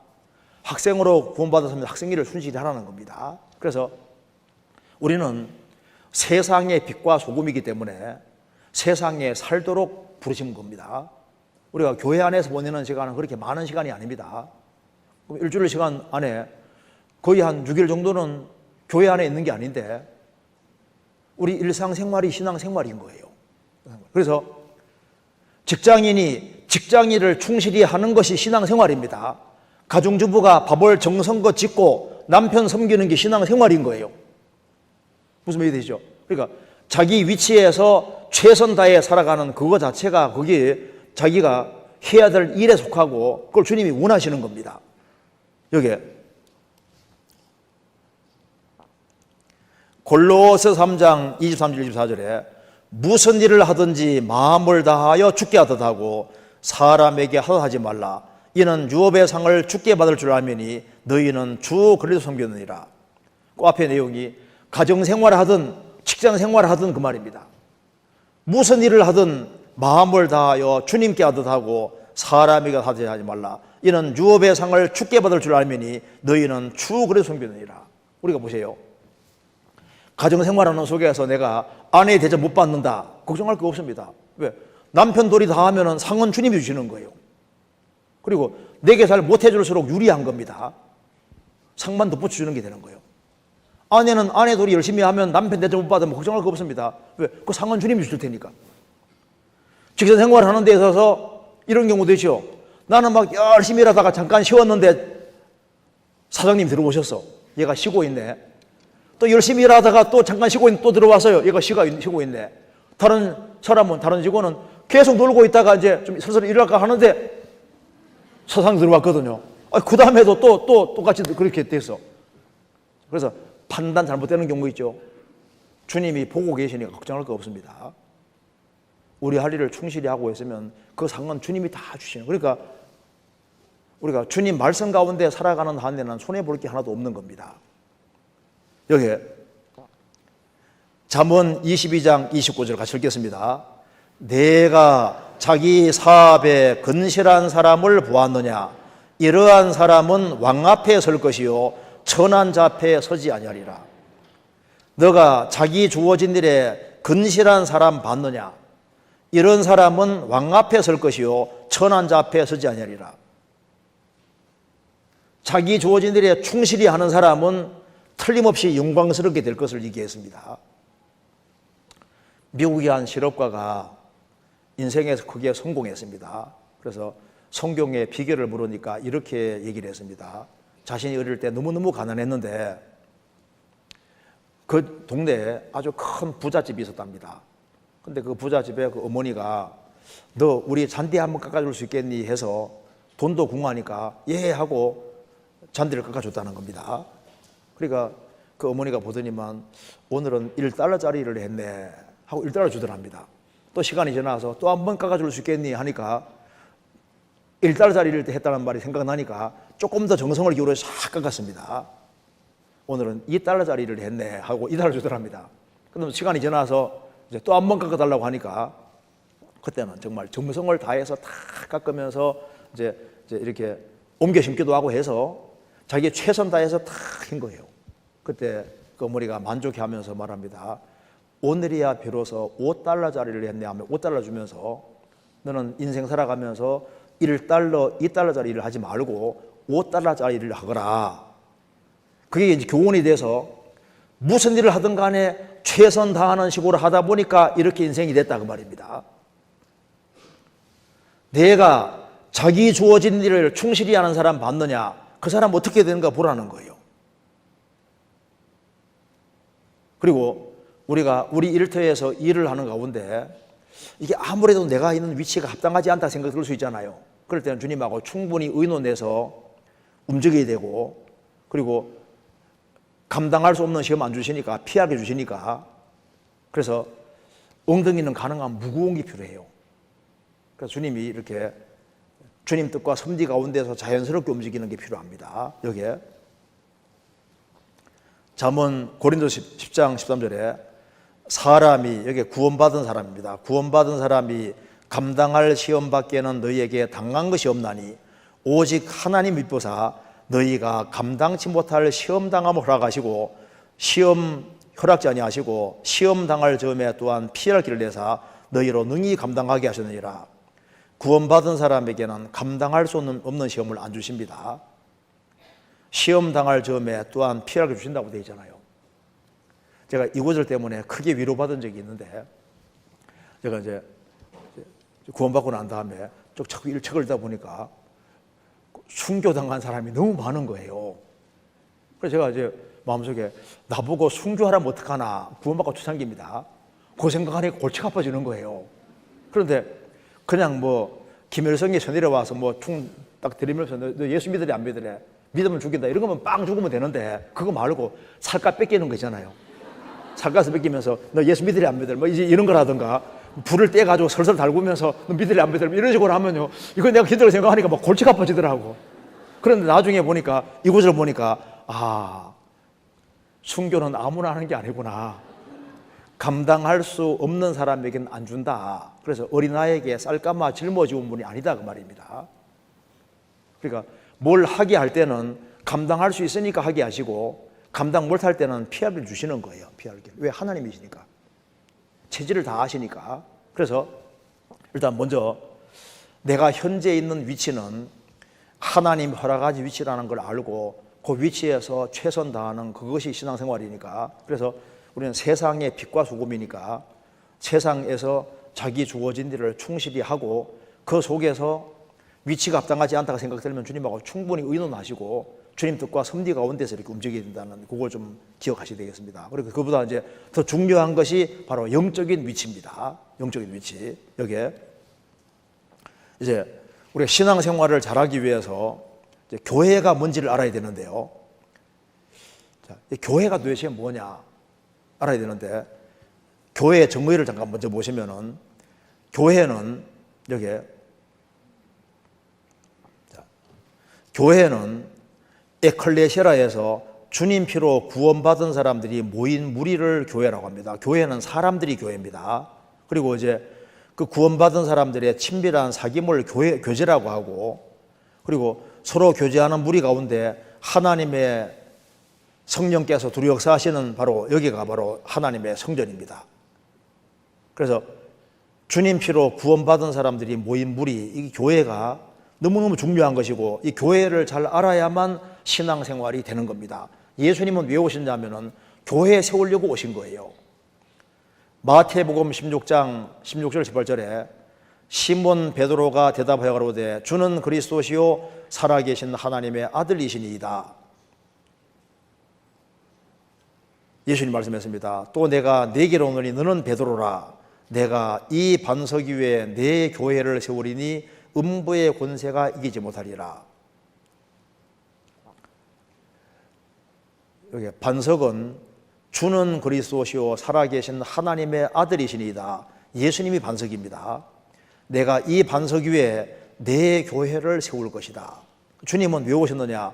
교회 세우러 오셨습니다. 그래서 여기에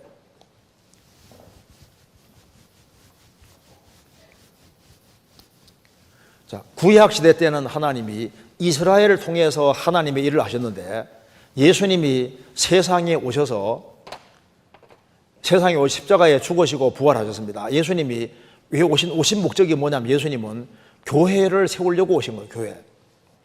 그래서 예수님이 사복음서에서 예수님은 교회를 세운다고 말씀하셨고 내 교회를 내가 세운다고 말씀하시고 사도행전은 뭡니까? 사도행전은 이제 어떻게 교회가 형성되어 가는지를 그대로 설명해 놓고 있습니다. 그리고 이제 서신서는 전부 다 어디에게 주신 편지입니까? 교회에게 주신 편지입니다. 교회에게. 그러니까 로마서 이후부터 요한계시록까지 전부 다 교회에게 준 편지이기 때문에 신약시대 하나님의 마음속에 가지고 있는 것이 뭐냐면 교회이기 때문에 신앙생활이 제대로 되기 위해서는 교회가 뭔지를 반드시 깨우치지 아니하면은 신앙생활 자체가 안 되게 돼 있는 거예요. 그래서 구원받은 사람은 반드시 교회에 연결이 돼야 됩니다. 왜? 그 주님 명령입니다. 주님은 교회에 세우러 오셨기 때문에 내가 교회 안에 있냐 아니냐가 굉장히 중요한 문제인 거예요. 가장 중요한 문제가 되는 겁니다. 그래서 여기에 교회는 여기 보시면은 양떼가 교회인데 하나님이 자기 피로 사신 교회, 건물은 피로 산 게 아니잖아요. 교회는 양떼, 구원받은 무리가 교회입니다. 그래서 고린도전서 1장 2절에 고린도에 있는 하나님의 교회 곧 그리스도의 소 안에서 거룩하여지고 성도라 부르심을 입은 자들, 그 교회는 구원받은 무리가 교회인 거예요. 그래서 아시아의 교회들 아굴라와 브리스가 및 그 집에 있는 교회, 아굴라 브리스가 그 집에 구원받은 무리가 모였기 때문에 집에 있는 교회란 말이 나오는 겁니다. 눈바와 그 여자의 집에 있는 교회, 그 교회는 에클레시아, 주님 피로 구원받은 무리가 교회인 거예요. 자, 그래서 여기 에베소서 1장 22절 23절 제가 읽겠습니다. 또 만물을 그 발 아래 복종하게 하시고 그를 예수님을 만물 위에 교회의 머리를 주셨느니라. 교회는 그의 몸이니 만물 안에서 만물을 충만케 하시는 자의 충만이니라. 예수님을 만물 위에 교회의 머리를 주셨느니라. 교회는 그의 몸이니, 그러니까 이런 말이죠. 하나님이 지으신 만물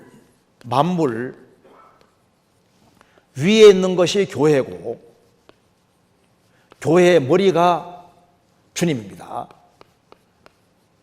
그래서 교회는 하나님의 아들이 그래서 신부니까 이 교회에는 만물 위에 있고, 그래서 주님은 교회의 머리로서 만물 안에서 만물을 충만케 하시는 충만이 주님 몸된 교회 안에 있는 거예요. 그래서 이제 주님은 머리고 구원받은 한 사람 한 사람은 지체가 각 부분이기 때문에 연결되어서 같이 공급받아서 신앙생활이 되도록 이렇게 방법을 정하신 겁니다. 자, 이거 같이 읽어보겠습니다.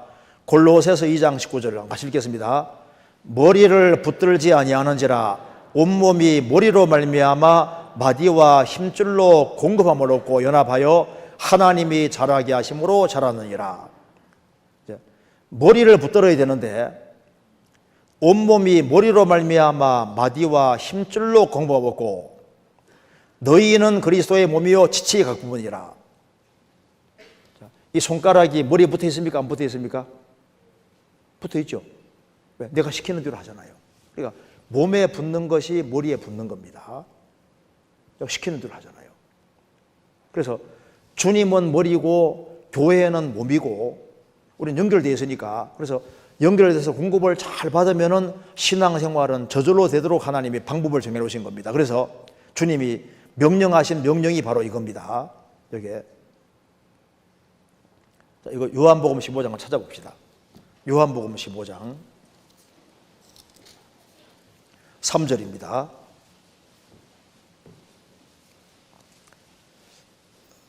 (174페이지입니다) 15장 3절. 너희는 내가 일러 준 말로 이미 깨끗하였으니 내 안에 거하라. 나도 너희 안에 거하리라. 가지가 포도나무에 붙어 있지 아니하면 절로 과실을 맺을 수 없음 같이 너희도 내 안에 있지 아니하면 그러하리라. 나는 포도나무요 너희는 가지니 저가 내 안에 내가 저 안에 있으면 이 사람은 과실을 많이 맺나니 나를 떠나서는 너희가 아무것도 할 수 없음이니라. 너희는 내가 일러준 말로 이미 깨끗하였으니 내 안에 거하라. 명령입니다. 나도 너희 안에 거하리라. 이게 옵션이 아니라 내 안에 거하라. 명령입니다.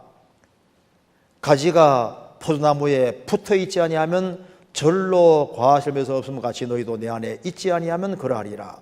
나는 포도나무에 너희는 가지니 저가 내 안에 내가 저 안에 있으면 이 사람은 과실을 많이 맺나니 나를 떠나서는 너희가 아무것도 할 수 없음이니라. 그래서 여기에 포도나무 가지 책임은 붙어서 공급받는 책임입니다. 바꿔 말하면 주님은 머리고 교회는 몸이니까 지체로 딱 붙는 것이 머리에 붙는 겁니다. 바꿔 말하면 주님 피로 구원받은 무리가 교회고 주님은 교회의 머리로 계시니까 구원받은 무리 가운데 딱 붙는 것이 붙는 거예요. 그래서 이렇게 가지로 붙는 것은 지체로 붙는 것이고 구원받은 무리 다 붙는 겁니다. 그러면은 주님께로부터 주님 머리니까 주님께로부터 공급이 쫙 옵니다. 공급을 받으면은 공급받는 힘으로, 그래서 이제 신앙생활은 공급을 잘 받으면은 공급받는 힘으로 이제 기도하는 힘이 생기죠. 말씀이 깨달아지죠. 전도할 힘이 생기고 봉사할 힘이 생기고, 그렇게 해서 우리에게서도 공급을 잘 받으면은 우리에게서도 뭐가 나오냐면 별미가 나와서 우리도 주님께 별미를 들릴 수 있는 겁니다. 그래서 우리가 하나님께 공급받는 힘으로 되어지는 가정생활, 직장생활, 개인생활, 전도생활, 이 모든 것이 주님께 별미가 되고 주님이 가장 맛있게 잡수실 수 있는 별미가 될 수 있는 거예요. 그래서 성경 요한계시록 3장에 보면은 내가 내 행위를 아노니 내가 차지도 아니하고 덥지도 아니하도다. 차든지 덥지게 하길 원하노라. 너희가 내가 이같이 미지근하여 차지도 아니하고 덥지도 아니하니 내 입에서 너를 토해내시리라. 우리 삶 가운데서 주님이 받으실 만한 별미가 나와야 되는데 뜨뜻미지근한 것은 주님 받을 수가 없다고 말입니다.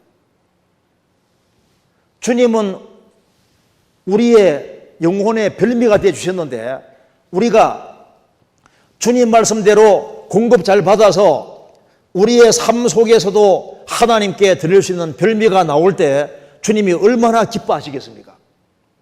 그래서 지체로 연결되어 있으면은 그러면 이제 신앙생활이 되는데요. 그래서 성경이 말씀하기를 성경 그 뒤에 에베소서 5장 보시겠습니다.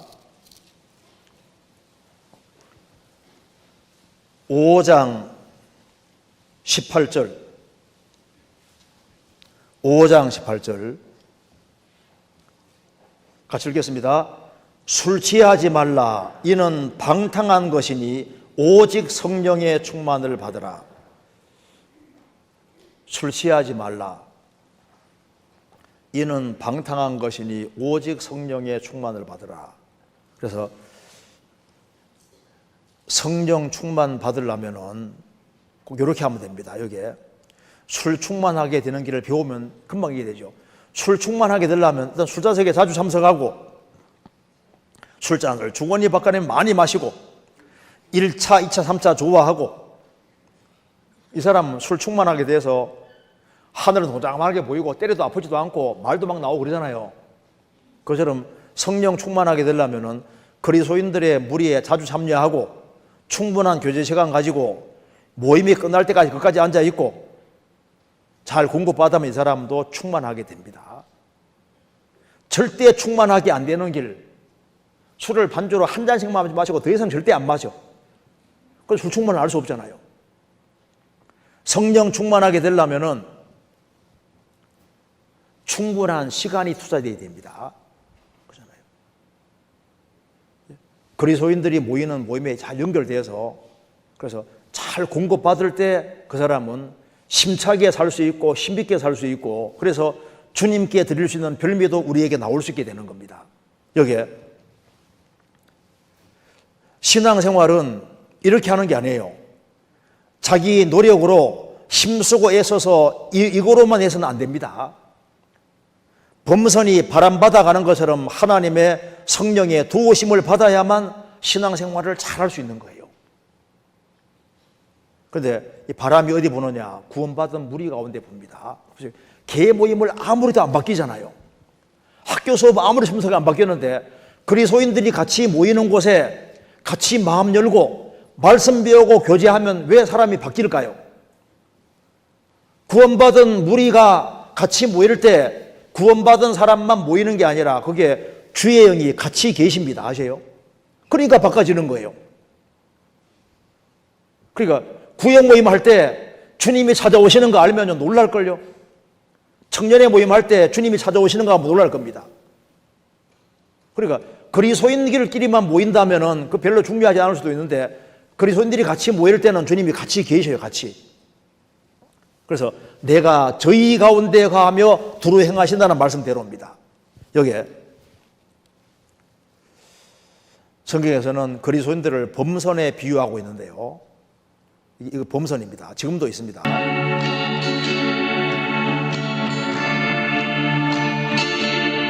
이 바람받아 가는 배가 있는데 바람받아 가는 배에서 중요한 게 뭘까요? 돛대미스를 튼튼히 하는 게 중요하다고. 돛대미스를. 돛대미 튼튼히 하는 게 뭡니까? 구원받은 무리 가운데 딱 달라붙는 거예요. 그리고 돛을 펼치는 것은 바람받기 위해서니까 이제 이 돛은 마음의 그림자거든요. 마음을 조금만 여는 사람, 그러면 성령이 크게 역사할 수 없는 거예요. 그래서 주님 오실 그날까지 내가 구원받은 무리 가운데 거하면서 말씀을 배웠다는 마음 가지고 마음을 활짝 열고 말씀을 배우면은 그 말씀이 영이고 생명이기 때문에 말씀 갈 때 성령이 같이 가시는 거예요. 같이. 그리고 마음과 생활을 바꿔주시고 그리고 이제 성령께서 구원받은 무리 가운데 역사하시고 마음을 활짝 열면은 운명 고락을 함께할 생각을 하면은 성령께서 아주 크게 역사하시는 걸 느낄 수 있고 그래서 참 신기한 것은요. 노를 저어 가는 배는 줄이 육지에 딱 묶여 있으면은 진행이 안 되잖아요. 그런데 이 바람바다 가는 배는 줄을 묶고 놔도 끊어버립니다. 구원받은 무리 가운데 마음 열고 같이 운명과 고락을 함께 하면은 성령께서 하시기 때문에 술 끊어져, 담배 끊어져, 마약 끊어져 다 끊어집니다. 식욕은 안 끊어지고. 그건 속에 본성이 없어서 오는 거니까. 그러니까 이제 이 힘이 생기는 거예요. 그래서 신앙생활 할 때 사가 쪽에처럼 사가 쪽에는 접착력이 강하니까 딱 붙으면 안 떨어져요. 주님 피로 구원받은 사람들이 구원받은 무리 가운데 딱 달라붙어 있으면은 성령께서 아주 강하게 역사하시고 그래서 힘차게 신앙생활을 할 수 있습니다. 자, 그래서 여기에 신앙생활은 이렇게 하면 힘들어요. 날개 치면서 혼자 왔다 갔다 하면 힘드는데 새 중에 맹금류는 이 바람 받아가니까 쉽잖아요. 이렇게. 자, 이게 얼마나 편해요. 자, 이렇게 다니는 게 쉬워요. 이렇게 다니는 게 쉬워요.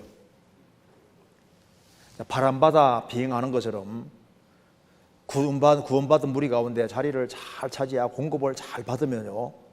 신기하게도 힘이 생겨서 신앙생활하는 게 아주 자연스럽게 되고 신앙생활을 잘 할 수 있게 되는 겁니다. 그리고 우리가 왜 그렇게 해야 되냐면은 여기에 한번 보세요. 여기에 마귀는 뭘 원치 않냐면은 일단 사람이 주님의 피공로를 받아들이는 것을 원치 않습니다. 피공로 받아들이고 죄에서 해방되고 구원받으면은 이제 마귀가 망하니까요.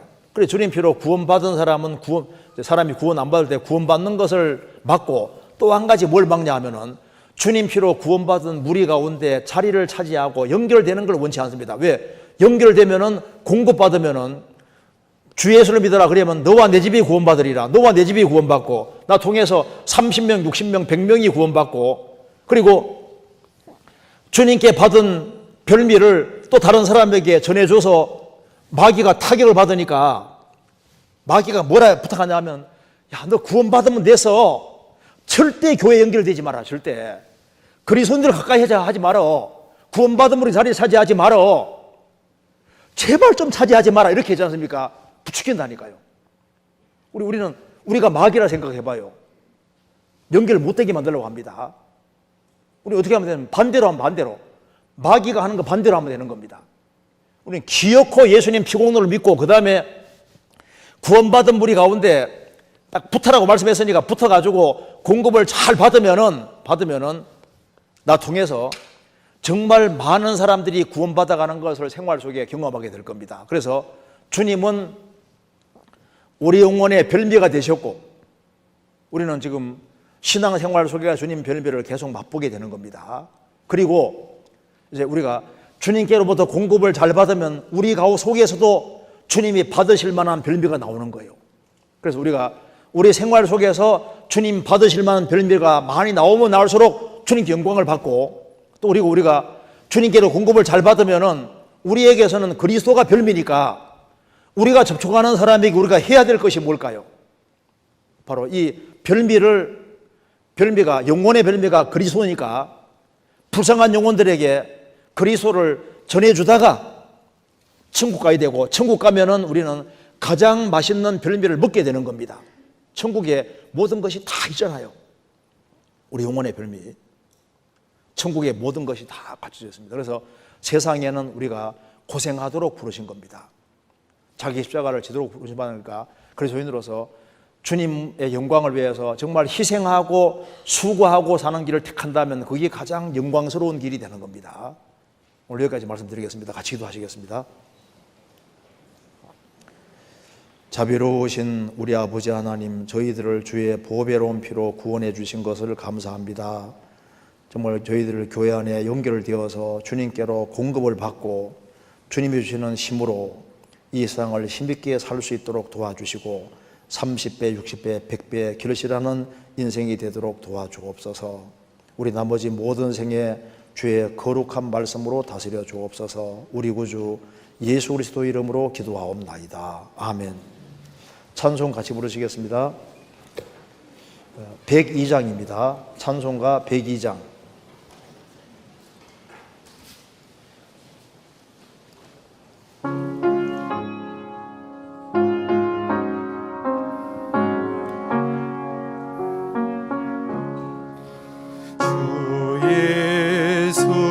예수보다도 귀한 것은 없네. 이 세상 부귀와 바꿀 수 없네. 영축을 내 대신 돌아가신 그 놀라운 사랑 잊지 못해. 세상 즐거움 다 버리고 세상 자랑 다 버렸네. 주 예수보다도 귀한 것은 없네. 예수밖에는 없네. 주 예수보다도 귀한 것은 없네. 이 세상 명예와 바꿀 수 없네. 이전에 즐기던 세상 일도 주 사랑하는 마음 잊지 못해. 세상 즐거움 다 버리고 세상 자랑 다 버렸네. 주 예수보다도 귀한 것은 없네. 예수밖에는 없네. 주 예수보다도 귀한 것은 없네. 이 세상 행복과 바꿀 수 없네. 유혹과 핍박이 몰려와도 주 섬기는 내 맘 변치 못해. 세상 즐거움 다 버리고 세상 자랑 다 버렸네. 주 예수보다도 귀한 것은 없네. 예수밖에는